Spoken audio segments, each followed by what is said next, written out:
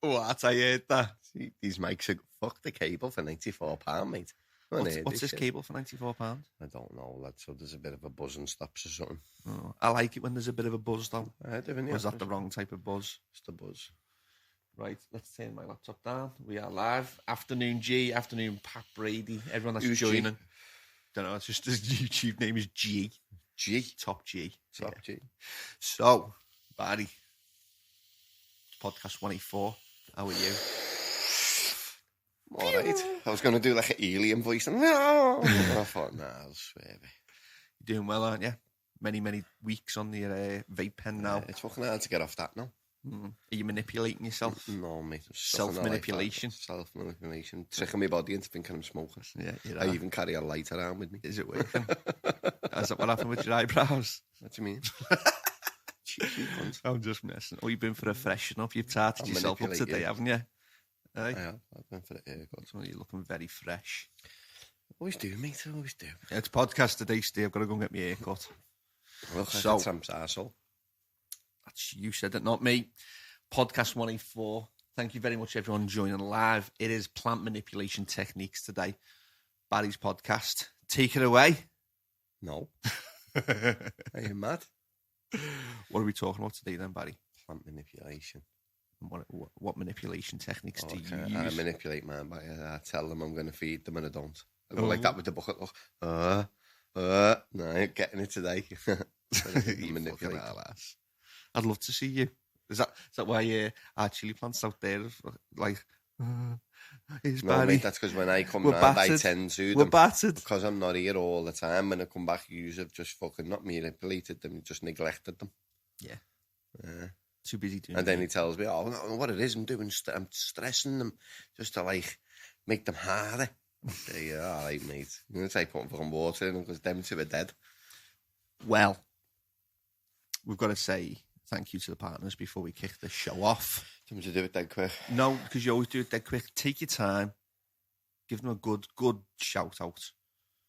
Because we wouldn't have these lovely seats without them. We wouldn't have this lovely table, this nice carpet. Hang on. I'm sure we contributed. We did with 4 years worth of free content, but we've got to give thanks. No, I'll let you do it then if you want to do a big fancy shout out. Well, I'm going to give the biggest one this week goes to CANNA because, as you may or may not know, it's Boardmasters in the first weekend of August. I think so. And we had 4 tickets, and we didn't have a camper van, so we have asked CANNA, and they've said, yes, you can give your 4 tickets. Don't tell them that we didn't have a camper van. Why? Because we could have had a camper van. But just tell them the truth. No, it got let down at the last minute. Got let down at the last minute, didn't it? I just couldn't go, mate. I've got too much going on. And which you're roping me into. Yep. Skips and dips and all kinds. But if you can get yourself a camper van, there's 4 tickets to Boardmasters there, courtesy of CANNA Nutrients. So if you want those tickets, let us know. And we'll get them out in the post to you. It's Boardmasters is going to be phenomenal this year. Really good lineup. It's hot in here, isn't it? It is, yeah. Wow. Like, we've just closed all the windows. We've just closed the windows just so you can hear, isn't it? And it's stifling. And stifling. George, we might need to open those windows, please. Coaties having a few weeks off because the kids have broken up for school. So, I might have a few weeks off. You might have a few weeks off. The kids are broken up. Yeah. He's having a few weeks off. George is his replacement. He's got a face for radio. Nice big thumbs up from those. A face, nice. A voice for radio. A face for radio. A face for telly, voice for radio. No, that's the piss take, Barry. He's got a face for radio. He's that ugly. That it's good for radio. Yeah, I want it. Get out, you're making my eyes bleed. Okay, well, Barry just goes straight in. So, CANNA, one of the partners of the podcast. If you want to go to Boardmasters, they've got 4 tickets. Well, they wear our tickets. Well, they've said that we can give them away. You've just said that. Yeah, I'm saying it again to reaffirm. There's more listeners. No, there's more oxygen in the room now, so I feel a bit better. Next, we have can filters, can fans and filters. The Isomachs, the old Air Forces, best fans and filters in the industry. It's what we start in the world. In the world, yeah. Get it? The right. industry is the world. If you're going to do a shout out, do it properly. Oh, fucking hell. Thanks for your fucking input. Then we have AutoPot watering systems. The best Watering system, in the world. hands down. Gravity Facts. fed. Straight Boom. facts. And right at you in 2 mil pipe. Is it still 2 mil? What did you change No, it? it gets bigger every week now. They're increasing it as they they? go. AutoPot Summer Social coming on soon. That is the Don't tell them about that because they're not even allowed. not allowed. Sorry, no, we won't say any more about that. You're not allowed to It's come. rubbing it in. Just for the industry. But AutoPot watering systems, thank you very much. SANlight, I bet you a lot of people are using the SANlights this time of year. Best LED on the market. 2 of them, side penetration, cheap-ish. As LEDs For what they are, go, though, mate, they pay their own way, don't yeah, they? as LEDs go, and for the quality, they are good value for money. And Revolution Diva Microelectronics with their 3 sets of lights. The Revolution Diva 1000-watt double-headed lamp, the ceramic metal halide, and the Avicii LED, which might be out soon. It's not available in the Sounds UK proper yet. designer, that, doesn't it? Because of the DJ, Avicii. Avicii LED. So thank you to all the partners. And I think we'll take our break there. It's Plant Manipulation, podcast 184, with me, Steve. And Barry. And him, Barry. And him, Barry. See you after he wants the me break. to do all this, and myself, Barry. Yeah. We'll have a chat on the break, eh? Yeah. Go make yourself a cup of tea. We'll be back in a sec.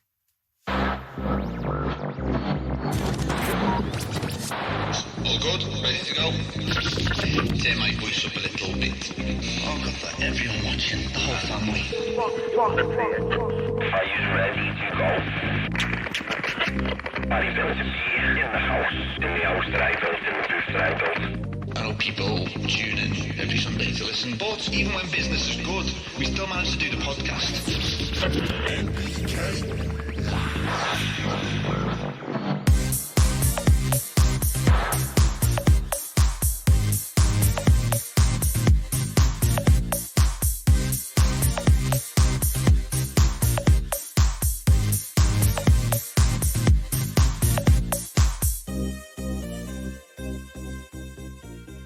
Listeners like, fuck me, they've gone. We've gone. We're going to make still a here. cup of tea. I've just got to go silent for a second. So Coatsy can insert his nice little intro. And I wonder, does anyone watching on YouTube, do you ever go and listen to the podcast, or is once enough? They just see Once it is well enough to listen to my voice. I sound like a broken motorbike. Right? I thought because you're going to be such a good voice, all the information comes out in one go. You need to get the looks of the voice, mate, and I've got the looks. And I've got the voice. Yeah, your mum keeps telling you that.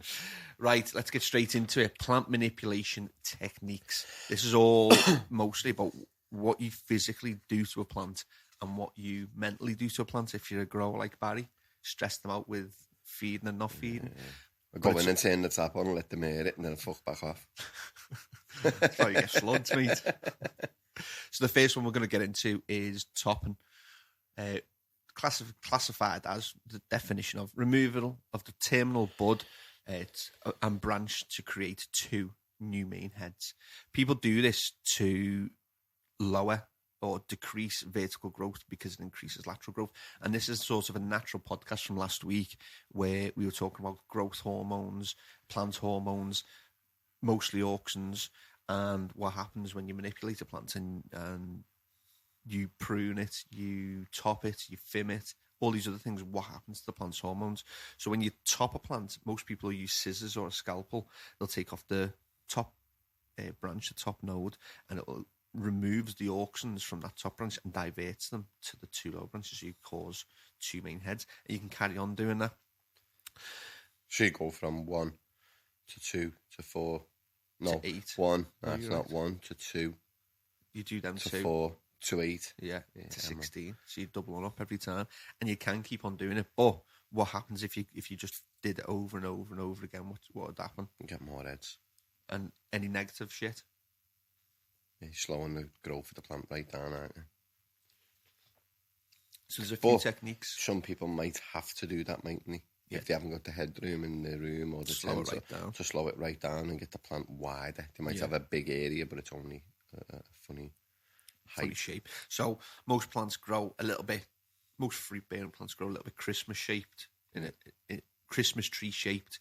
And if you are lacking height, then it's a good method of manipulation to create redistribution of hormones. It creates a wider plant. It's like an upside down Christmas tree effect. So lots of growth from the top goes down into the point at the bottom. What topping does, redistribution of plant hormones, increases lower branch growth and stunts upward growth. Do not do any plant pruning, which is topping, fimming, pinching, 2 to 3 weeks or longer if you can before you initiate flowering. This is something that I've been reading into. Pruning removes all the hormones from the top branch and diffuses them outwards, and this includes the flowering hormones. So if you do any plant manipulation, topping, fimming, anything like that, just before flowering, then it can redistribute the flowering hormones and put them in places where they don't want to be. So you do a bit of topping or fimming, and then the next day you decide to flick your plant. You wouldn't do that because you've got to give it time. Because you got to give it time to heal. Topping, it's stress in itself. Major stress. This is all plant manipulation is stress, but you've got to outweigh the stress. With you the don't benefits. Want a stress plant when you're going into flower. You don't, because it's a big stress initially flowering anyway. It's a stress that when you put it into flower, it's a big stress. Yeah, at the start. And as well as the stress, those flowering hormones haven't had a chance to reach the ends of haven't managed to get a chance to get to the terminal buds. So there's a famous Liverpool sound, sirens in the background. And but we need the windows open, so excuse the outdoor noise. It's too hot. So pruning diffuses all hormones, including the flowering hormone. If you do too close to the flick, it'll take the plant longer to reach peak maturation and rebuild its flowering hormone. So once you start manipulating the plant and then flick it to flowering, all the flowering hormones are created, distributed, and it takes the plant a bit longer to get through the stress, of being into 12 hours of flowering. And you're just going to, where you might normally take 8 or 10 or 12 weeks to reach the end point, it might take you 9 or 11 or 14 weeks. So you've got to bear that in mind. It's just best to leave a good 2 or 3 weeks before you flick your plants without doing any sort of manipulation to your plant. But that doesn't include scrogging. It's just where you're removing things from the plant. So what's going on here? Matt said he listens to both. He watches live and listens to both. He must be looking for punishment. But he uses it to come back and check for information. G's always checking back. Indicate afternoon, gents. Hello, people. And then I don't know if that's Josh or George, but it makes his day when I see you pop up. Yeah, it does. Indica's with us every week, so good to have you with us again, Indica. So what we're talking about for people that have just joined is topping the plants and plant manipulation techniques. So topping is to just finish it off is where you get a scalpel or some scissors and you physically remove a bit of the stem and also the top node and get rid of it. Produces 2 heads, but the problem with this technique is it takes longer for the plant to heal itself, so you're going to stunt it for a lot longer. So when somebody was trying to figure a way of producing the same technique as topping, but with the reduced healing time, they were having a go at pinching or fimming. So what they were doing is fimming, F-I-M. The best guess is that it stands for fuck I missed. I hate that fucking word. Why? Because does it? Which? Fuck I missed is F-I-M. Yeah. Fimming's F-I-M-M-I-N-G. So it's not the same, is it? It's like an extended word of fim. Oh, fuck fimming. that, mate. I'm doing fimming. Now, what he did is he meant to, so he was looking on taking the whole thing out. This guy in 2000, apparently, it came out on a blog that he tried this and he just let the plant carry on. So it's born in 2000, grower in California, went to top a plants but used his fingers and only removed removed the bud site and only took half of it away. I was like, fuck, I've missed it. But thought, let's see what happens with it. Let it crack on. And what happened was it didn't just produce 2 new heads, it produced 4 new heads. And also the plant healed a lot quicker as well. So he's incorporated that technique, went onto the blog, told everyone about it. They've tried it and found that it still reduces vertical growth, produces a few more main heads than topping would do, but also decreases the healing time it takes for plants to the plants getting recuperated. I think that's the same as pinching, though. When you pinch it, it heals itself, but it gives everything else time to catch up. And it's not that if you've got other... Pinching's a good method that if you've got other plants in the room and some of them are lacking a bit behind others, it's good to pinch. If you want them all roughly the same height, it's good to pinch the ones that are growing a little bit quicker, the stronger plants, is to pinch the tops of them just to slow them down. Yeah. It will, when it's damaged, obviously it's going to put all its energy into other ones, which brings a few more up, but then plants still catch up in height-wise. So the plant that you've pinched might have a couple more main heads. It still has its main head, though, that repairs itself, but the other plants give time to catch up. Yeah, good top tip that actually. So people that don't necessarily prune all the time and will just let them grow, if some are accelerating and getting ahead of themselves, yeah, you do, don't you?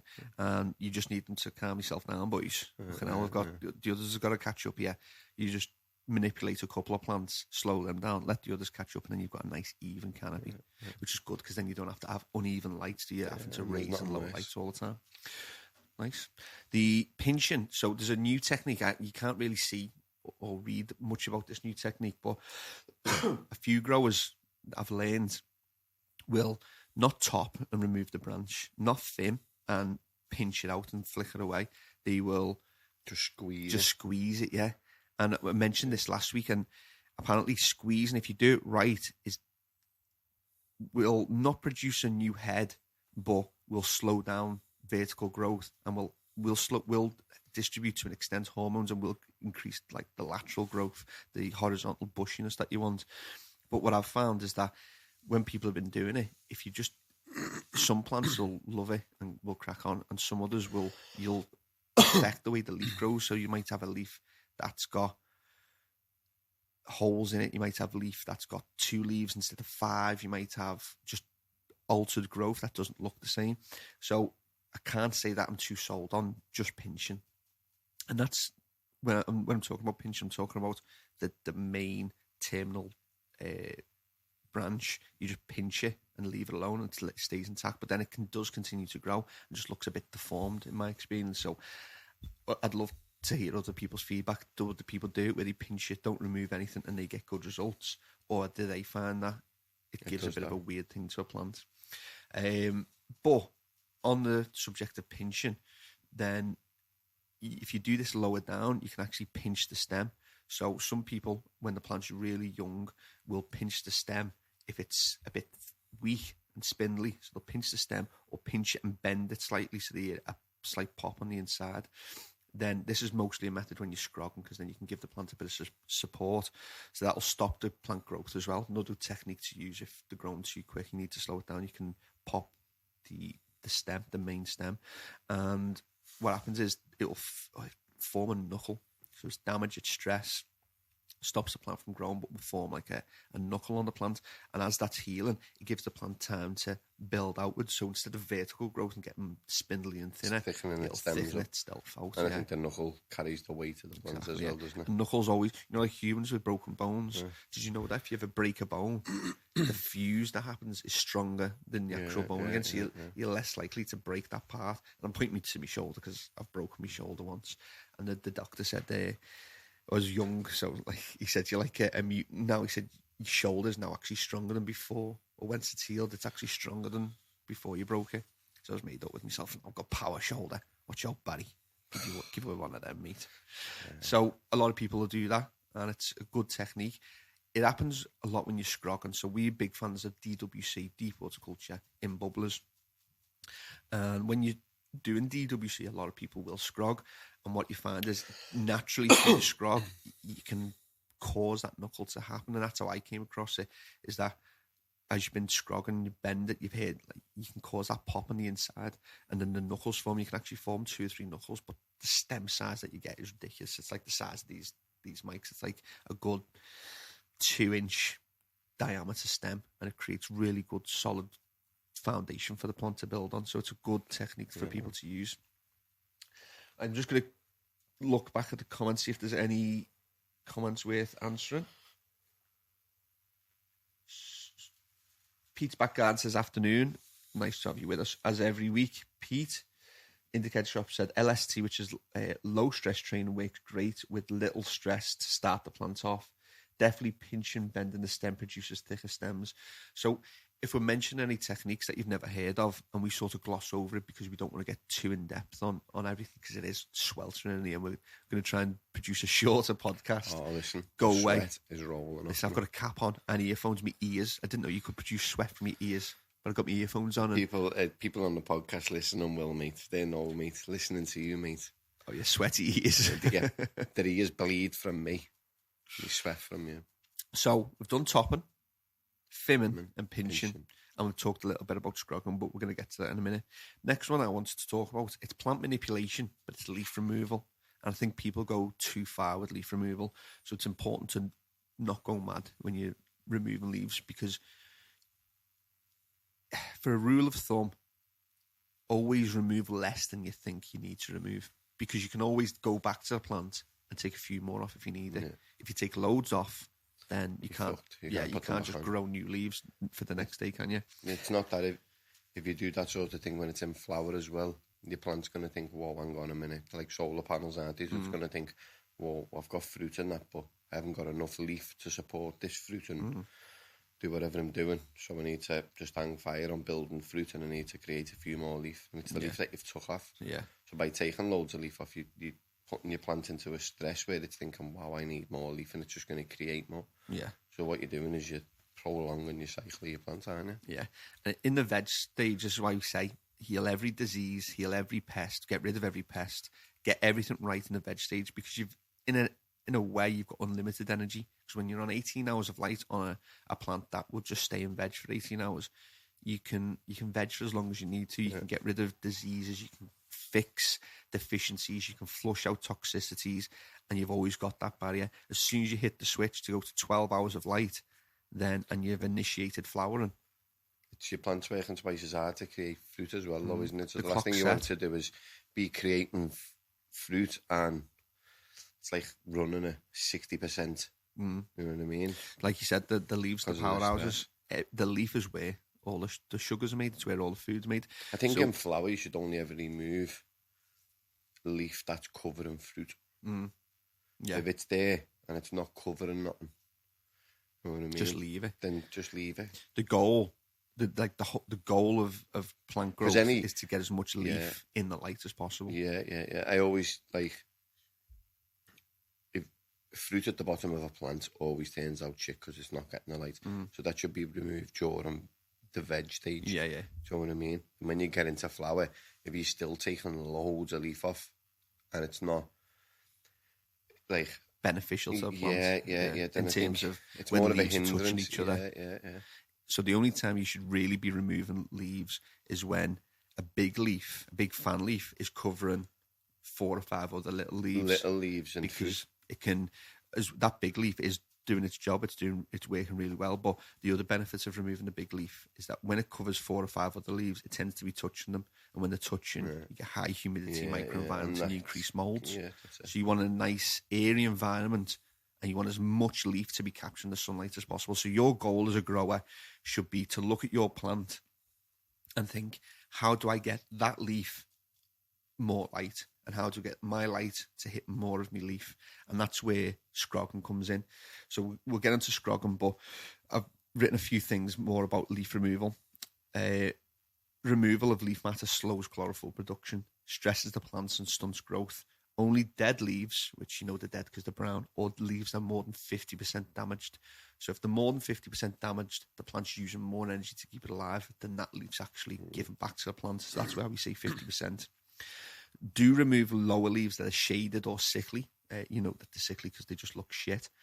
Increases air circulation and removes the hotspot for disease and pest. Dead leaves are a breeding ground for pest and disease. Another point, removing 20 to 30% of the leaf matter just before harvest can have a slight negative effect on yield. So I do see some Instagram growers, I do see some RHS growers, and they'll be in the last 2 weeks and they'll remove all the leaves just to have the fruit with a few leaves surrounded by it. This will definitely increase quality because you're stressing the plant out. You're thinking, oh shit, I'm near the end because some animals munching me leaves. Let's put everything we can to the fruit production. Let's increase our oils, let's increase our flavour. But because the leaves aren't there to create sugars for energy, you do lose out on yield. So just bear that in mind when you're removing lots of leaves. And then this other one, which is quite interesting. There's been a bit of a debate. Do you prune all at once, so mass pruning in veg, or do you do it bit by bit? And there's been arguments for and against, and I've just read this the other day. Constant pruning over time can cause spindly growth through consistently altering hormone concentrations. Yeah, I'd say that. So it's better to do a bit over a week than constantly over weeks and weeks. And some people say if you do a lot in one go, it's a stress. Well, it is. But any time you remove a leaf is a bit of a stress to a plant. So if you're going to constantly do it, your plant's constantly stressed. Might only be a little margin, but it's constantly stressed. Yeah. And even if it's just a little bit stressed, the So other point is... I'd rather go with 1 week where the plant thinks, fuck me, what's going on, you know what I mean? And it's one big stress, but then it'll get over that. Yeah. Rather than a constant stress. All the way through. And if it's constantly stressed, it's going to be doing... It's not going to want to do its proper job to full How potential. would you like to go through life? Would you like to go through life every day waking up with just a little bit of stress? Or would you rather have 1 week in a year where it's fucking all on top or of you? 1 year's worth of stress, and then the rest of your life is like pretty much stress-free. I'd rather have the year full of stress. That's just the same dance, isn't it? Yeah, well, fuck that, having stress Would you every day rather, for the rest of in your an life. 8-hour workday, would you rather be stressed all the 8 hours, dead slightly over all little bits, or would you rather just have 1 hour where it just gets a bit manic and then you can and recover. then you can recover? Yeah, good point. The big stress at the beginning of the day or the year. They're just like us. They're just like us. The humans, the humans. They are just like us, though. Yeah, and the other thing is, that was quite interesting, is the fact that the constant pruning, you're altering hormonal concentrations, and that's why last week's podcast, if you didn't listen to it, it was a little bit sciencey, it was a little bit in depth, but it was important because either it allows you to understand how complicated the plant is, and you think, wow, I'm going to do a bit of, I need some extra research, I need to learn a little bit, or you're into it like me with science, and like, Jesus, these things that we're doing to a plant, it's not just the fact that they're stressed, and when you top a plant, it produces two new heads. It's all because of what you're doing to the hormonal concentrations within the plant, and constantly removing leaf matter. The hormones going, okay, so we're not there now. We need to go lower, and then you're trimming those leaves. Okay, right. So we need to go here, and then you trim those leaves. Oh, fucking hell, where we going? There's one for you, though, what you've just said, and that's just drop. Do you think it's better to then always start at the very bottom, because then the plant's not working way down to go into, say you've got a branch that's here and a branch that's here. Yeah. And you strip that branch out, which is only an inch from the one at the top. Yeah. Then which way is it going to go? So the hormones are concentrated at the top and are reduced at the bottom. So I think what you're asking is where to start at the bottom. The very bottom, because then it can only move itself up. Yeah. Is to where you want it to be on the canopy. And hormones are always concentrated in the newest part of the plant, which is the top part. They've been already removed from the bottom. So if you're going to start, just do your bits from the bottom, and then you're having less of an impact on the plant hormones concentrations. Therefore, anything else on that? Yes, so that was just a constant pruning over time. Don't do it. I think from learning more and more about hormonal concentrations within plants over the last few weeks, I'd definitely say one big pruning. Allow the plant time to recover. That's another thing. You need to give your plant time to recover. We have an incident as humans. We fall over and bang our head, or we break our arm. We then don't go out and start running marathons or doing weight training while we've still got a bit of an injured arm, because you're just going to cause more damage. You stress it out, recover, get stronger, and then go back at it. So make sure you are definitely given enough time for recovery. One of the things that I think there's a good natural lead on is something called lollipopping. So where Barry's just said it's best to remove the leaves from the bottom before you start even touching the top stuff, that's a technique called lollipopping. Basically what it is a lollipop, thin stem, big lollipop at the top, and in plants you produce a plant that's got basically very little branches on the bottom. You take them all off and you allow the plant to concentrate on what's in the light. So lollipopping takes away all the shit at the bottom, takes away all the dead leaves, and in my experience is a good technique because it allows air circulation, it allows you to see the stem, see the health of the stem, see underneath into the plant canopy, and just gives you a better overall look at the plant. And it's using its energy where it belongs. Yeah. You know what I mean? Shaded leaves, so leaves that aren't in direct sunlight and are just in a little bit of shade but still getting a bit of light. There's a balance there between how much energy they're taking to support themselves to be alive and how much energy they're giving back to the plant. You've got to figure out, if you think that leaf is drain the plant of energy more than giving energy back, then it's time to go. And that's what lollipop is Other all about. leaves are supporting that leaf. Exactly, yeah. I know how that feels, mate. I do as well. Yeah, oh, fucking that's you, that. No, I thought you were Draining talking the about life Brian. out of me. Oh, yeah, Aye. Brian as well, yeah. Draining the life out of me. Fucking back's gone. He won't be watching, actually, because normally the lads don't they live in the shop, but there's not a chance that they're watching these last few weeks No, because you it's can't like a go, you can't. fairness in that You in can't that go in office. that office, mate. It's too hot. It's not too bad around Brian does try his best, though, to make air conditioning units and ducting running all over. When in there today, it was like a hillbilly yard. There was ducting running everywhere, and he thought he'd mastered it. He sat in the office like proper proud little kid, really. Yeah. And there was ducting running everywhere. Walked in and thought, what the fuck? He's got mental with this 6-inch ducting here, lad. About fucking 70 metres of ducting running around the shop, up and down, fucking stairs. And he said, but it was cooler though, wasn't it? I was sitting backwards, yeah, but it wasn't hot outside, Brian. It was pretty cool outside. So good effort though. 10 out of 10 for effort, Brian. Never knocking you. Otherwise he'll just stop, and just think, fuck yous. You pair of fucking bastards. Moving on, Scrog. I like Scrog. SCR-OG. Screen of green. Scrogging is when, instead of growing a vertical plant, you grow a horizontal plant. I believe, this is an opinion shout, that scrogging is the number one way to increase yields in terms of plant manipulation, because you're doing the fact of producing more, you're giving more leaf to light, more light is hitting the leaf. Yeah, I think it's also for courses, though.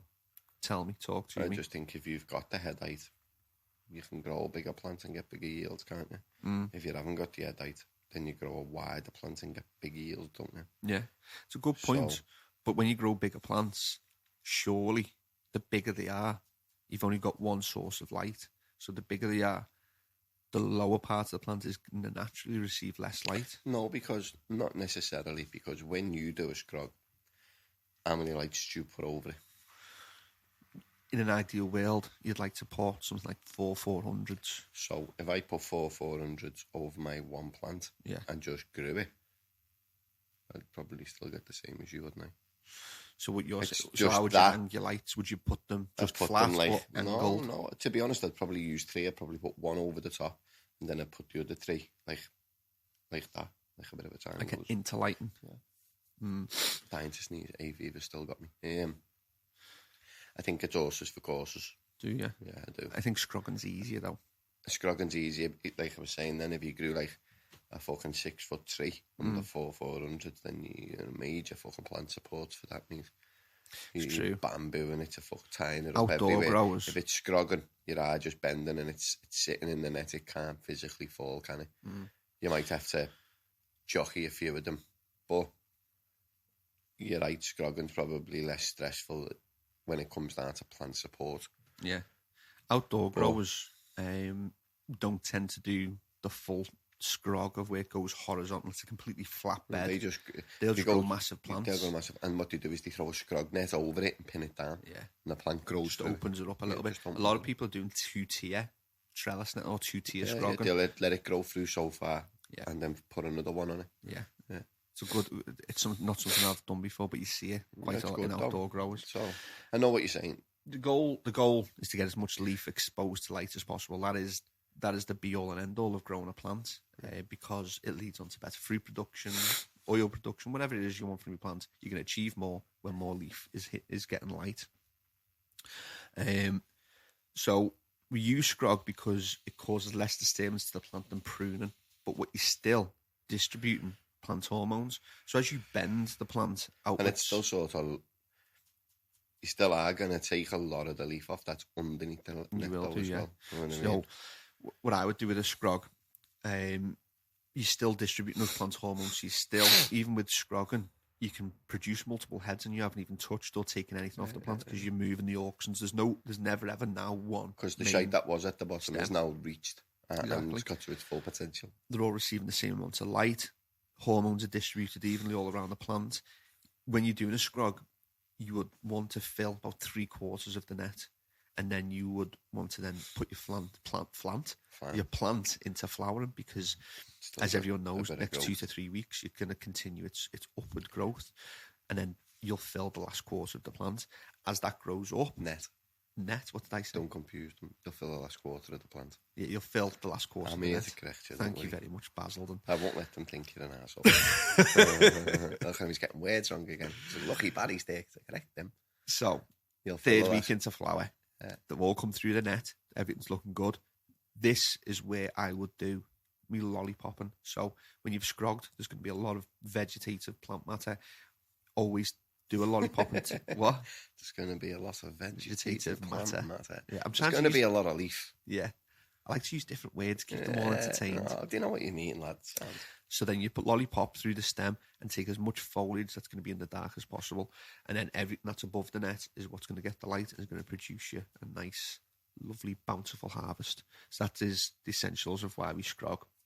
When you do scrog, choose young supple arms that are pliable and bend them down through the netting. Or if you don't use net, some people will use a pot and will tie them down to the pot. So it's the same effort of scrogging. You're just not using a net, you tie them down to the pot.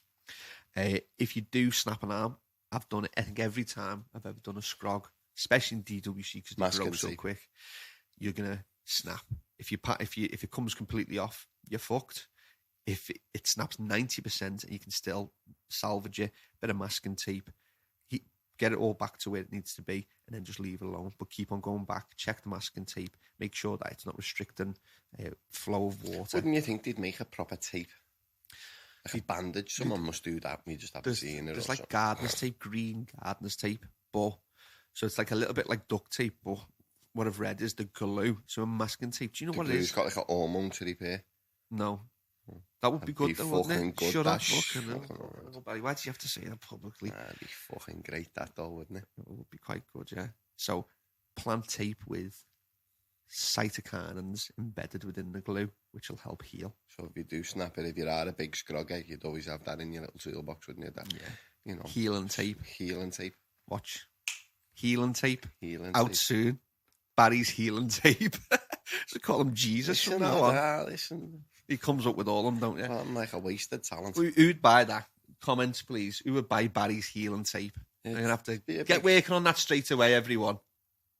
Nobody turns. No one ever pays any attention to it. It's a good idea, though, isn't it? It is. It is. I quite like that. Some people who are doing... I like it. I like it a lot. I like it a lot.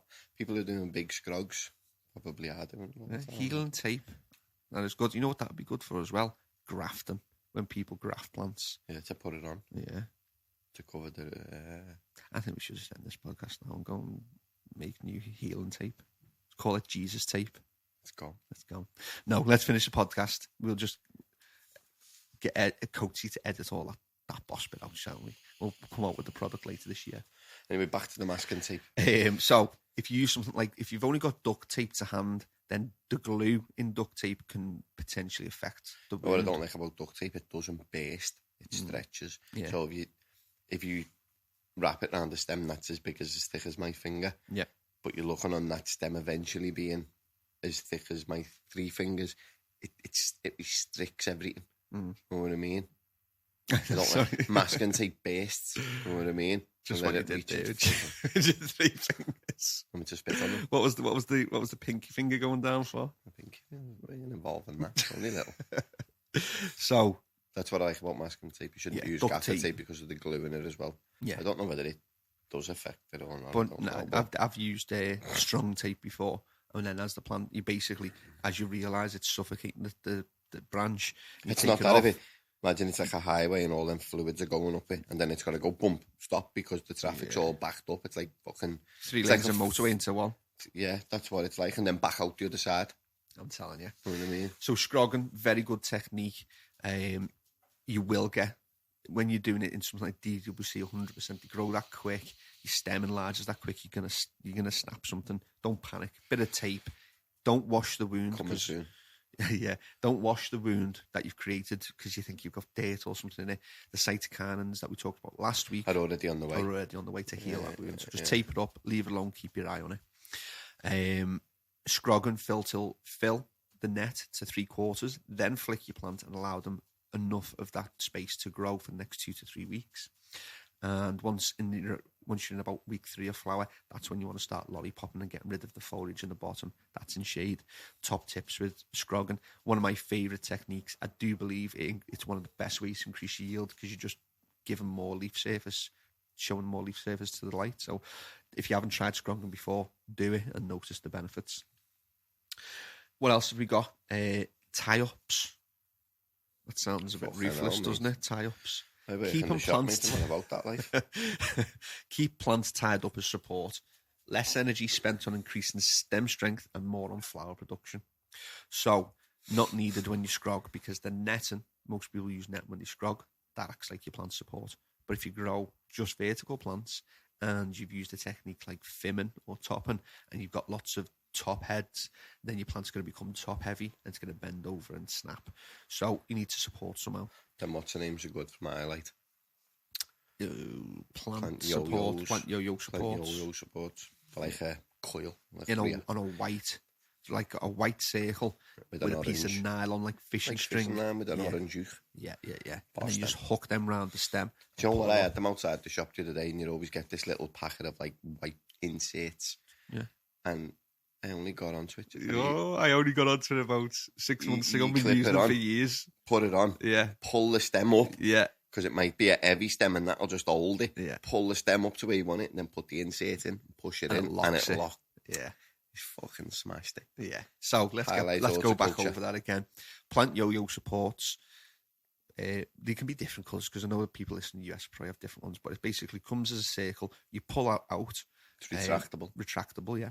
Like fishing line. You'll hang you'll hang the circle part up on the ceiling, and then the hooks around the branch and will lift up to give it support. So what Barry was saying is, in the middle of the circle that you put near the ceiling or above the plant, comes with like a little indent, and you can put this locking nut into it that comes with it. And if the branch is heavy, rather than it pulling further down and just not being much, because the thing's not that strong to retract it, you lift it up, hook it, hold it, then put the insert in, and it locks. I like it. But he likes it. He likes it a lot. So that's a top tip for. It's just them little things that make everything easier, don't they? What else can people do? Because that's our technique. We put like metal wire. If you put like metal wire on the ceiling and then hang the plant supports down from there, it's dead easy. You can do loads. Look like Spider-Man's just gone in and webbed up everywhere. But it's a very easy technique to use. I knew you'd bring a cartoon into this. Stop it with the cartoons. It does though, doesn't it? What else would you use? String. No. What other metaphor would you use if it doesn't look like Spider-Man's going in there? What else does it look like? Don't know. Exactly. Spider-Man was the best one, wasn't it?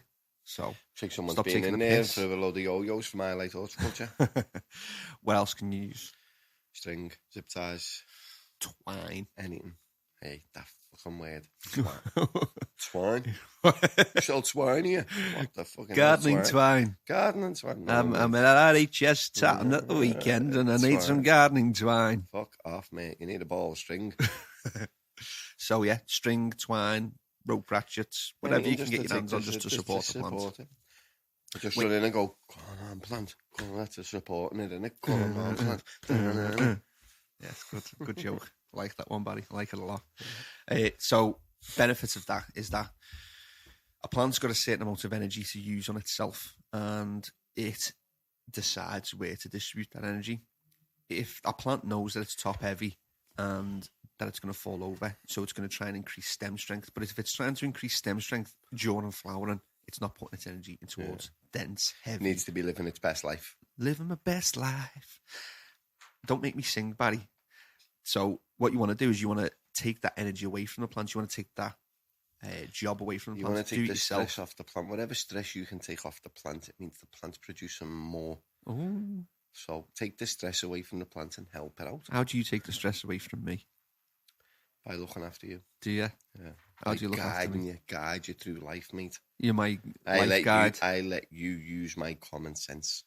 What happened with you? You look like you've been majorly stressed. Didn't you have a life guide? No, it's looking after. I was the only one, I think, in my year that was born with common sense. And a great patch. And everyone just used to look at me. Hi, what do I do? Fucking hell, mate. Common sense come with the grey patch. Common sense, mate. Fucking made all these fucking crows fucking feet on my eyes and the fucking wrinkles on my grey hair. Look at me grey hair, man. So and this is the day, and he said to me, "Bah, you finished." And I said, I just knew when I went. I know when he first started coming here, he said, "You've always had that little grey patch." Oh, I've had that since I've been about 15. it's character though, that's what I say. I'm not bothered about it, you know what I mean? And the rest of it was going a bit grey. He said to me, he's like, fuck me, lad, he said, you're gone.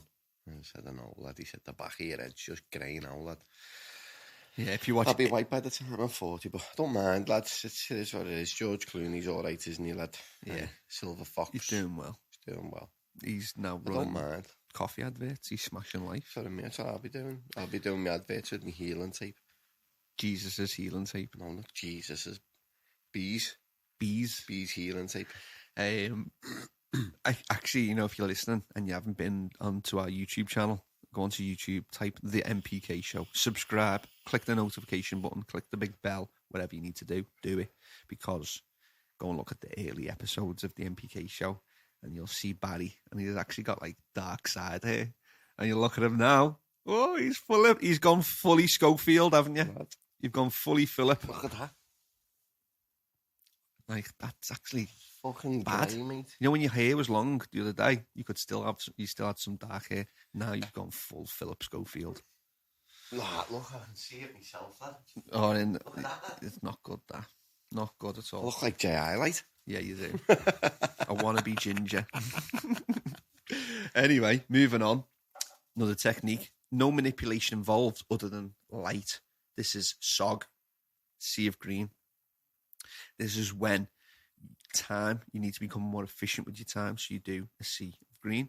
You go lots. If you would normally go 6 to 10 tomato plants or 10 to 20 cucumber plants, but you only get 2 or 3 a year.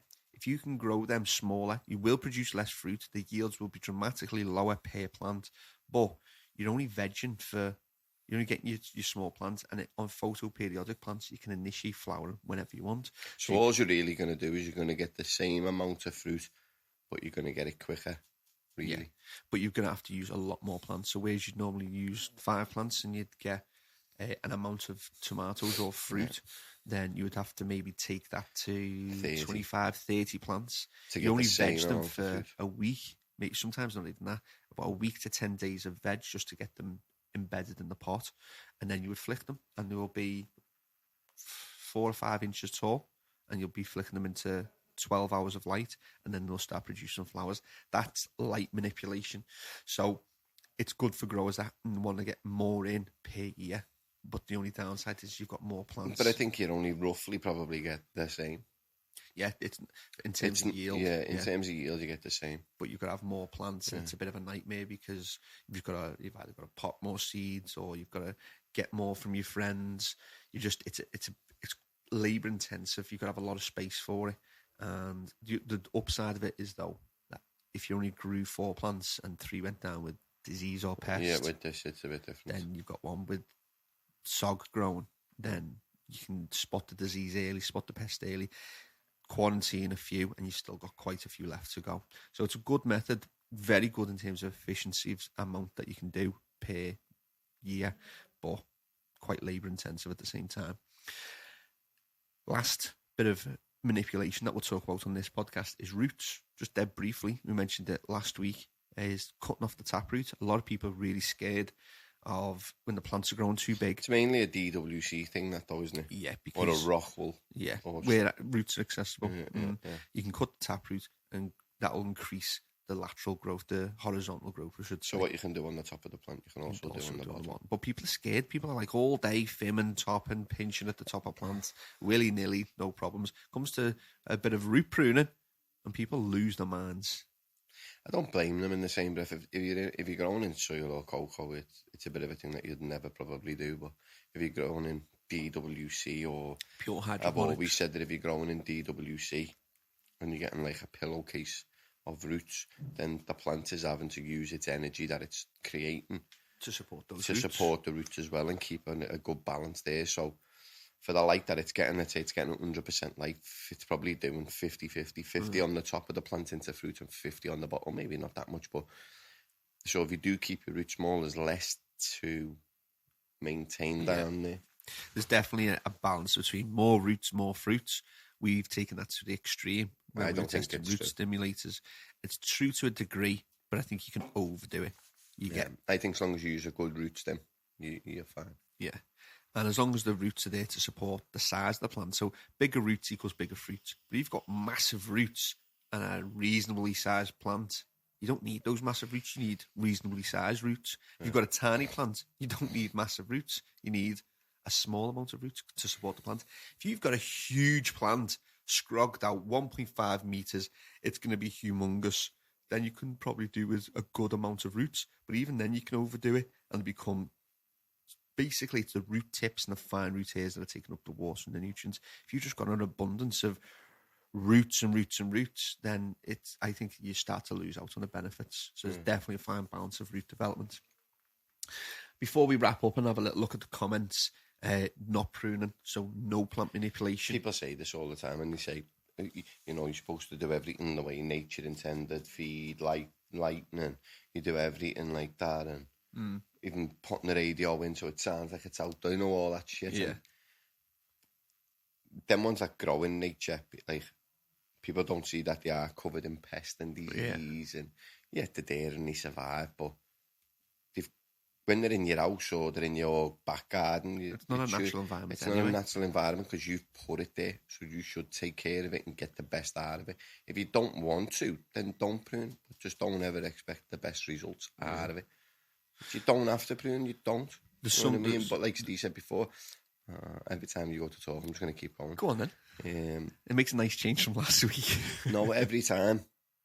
Like, if you've got dead leaf, and everyone gets dead leaf where the light's not getting in its angle, well, that's just like a breeding ground, and that's falling on top of your cocoa, and then it's falling into the tray where you water, and you are just creating a breeding ground for and if you're growing bushy plants, then there's little airflow within the plants, high humidity, loads of molds, pests. That's not to say that it won't grow and it won't produce fruit, so if that's what you want to do, you do that, but you probably half wasting your fucking time doing everything else, you know what I mean? It's just, I think so as well. If you're going to grow plants, you want to grow them to the best of your ability. Yeah.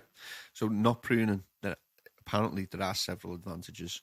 A couple I've written down is that floral hormones. So when you're manipulating a plant, if you're not really thinking about what I'm doing, how does it affect hormone distribution? Am I allowing recovery time? Am I doing too much? Am I not doing enough? Really taking your time when you're manipulating a plant.